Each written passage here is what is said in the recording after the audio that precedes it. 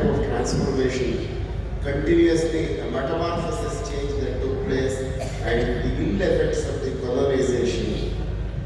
And from Gurukula to university, what is the Sanskriti and what type of Bharatiya Sanskriti to be given? And education is not for employment alone. He also touched upon Max Muller, depicting the culture of the heritage of India. Here I would like to mention outline of Indian philosophy by Hiriyandaya, who was the teacher of Service Radhakrishnan, quotes about the tenets and values of Bharatiyata in higher education and how it traverses in transforming the society.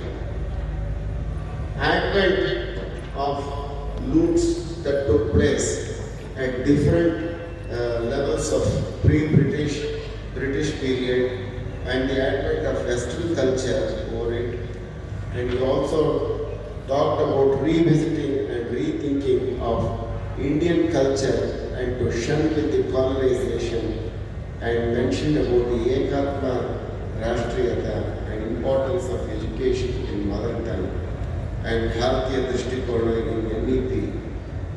Further, to stand on one's own legs, the Upayukta, Swami Vivekananda, what he mentioned, and about the Adhyatmik Chintana, multidisciplinary university, and he touched the BOTANY Commission.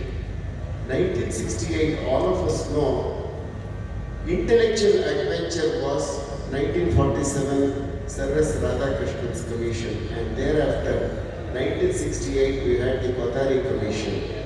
As he rightly said, it is one of the most predominant and a very important document. But what happened over a period of time, there was a sieve analysis, pick and choose was taken, and relevant things were shunned off. And fortunately that we have got a dawn of new education, that is the new education policy, which says educate, organize and comfort, as said by Dr. Ambedkar. Now, India was resplendent with light of knowledge and self by great sages. We had the Vedas. Vedas are Abaurusheya, which depicts the social customs and laws and administration of the country. Even in law, we have the Dayapada and Vitakshara school of laws, where the founding of jurisprudence is completely based on that. In Indian perspective, from Vedas, we have the 6 Vedantas. One is Siksha, phonetics. The second one is Vyakarna, grammar, and Nirukta, lexicon, Kalpa, manual of rituals, Chandas, prosody, and Jyotishya, astronomy or astrology.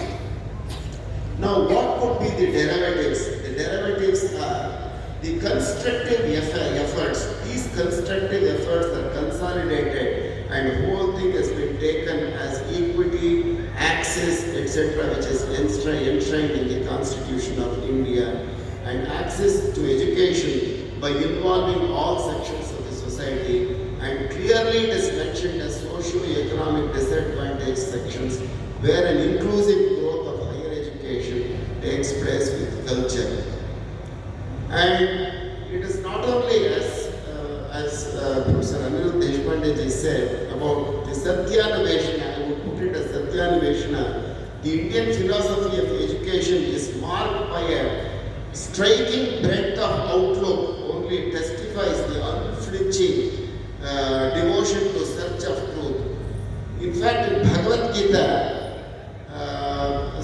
29th shloka, it says that Sarvabhutastam Atmanam Sarvabhutani Chatmani Ikshate Yoga Yuktatma Sarvatra Samadarshana. In fact, the true knowledge seeker unites his consciousness with supreme cosmic energy, sees with equal eye all living beings in supreme consciousness and supreme consciousness prevailing in all living beings. In fact, when we see in a very discreet manner in the Ekatma Manavata of Pandit Somewhere you can locate the education, how it transforms the society, and the Vyakti Nirmana takes place when you see the overall summary or the conclusion of the theory. And in our ancient perspectives of knowledge, which will enable us to provide mankind with the possibility of good and free of life society, freed from political subjection, economic slavery and social inequality. And these are the fundamental values of national values and preserve the world security. In fact, between the teacher and taught, the national education policy comprehensively binds the philosophical convictions, ethical postulates and socio-political and cultural aspirations.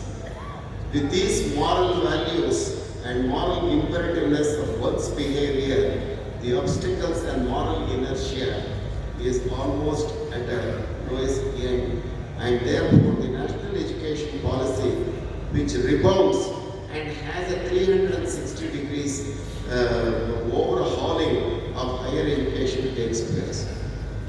But on my personal perspective or personal opinion is, we had several Arcot Lakshman Madaliyar Commission, then Sir S. Radhakrishnan's Commission, and after that BOTANY Commission, National Policy on Education, and one or two other commissions, and now National Policy on Education, NEP. Here, the implementation stage is the most important stage which we have to bear in mind. Unless we adopt the technological advances such as operations research. Operations research is one of the important subjects in industrial engineering and management studies. Here you have different transportation problem, assignment problem, per CPM, etc. We will have to chalk out what has to be done first and what has to be done second. We're taking a comprehensive view, then we can get into NEP. Not that we will have to do it tomorrow and get into a mess. Therefore, we have to plan out properly as ABRSM has been doing it now and several other organizations. So we will have to think holistically and bring in a change of destiny of higher education of the country in a phased manner. I think with these few words, let me conclude. Thank you very much for giving me this opportunity.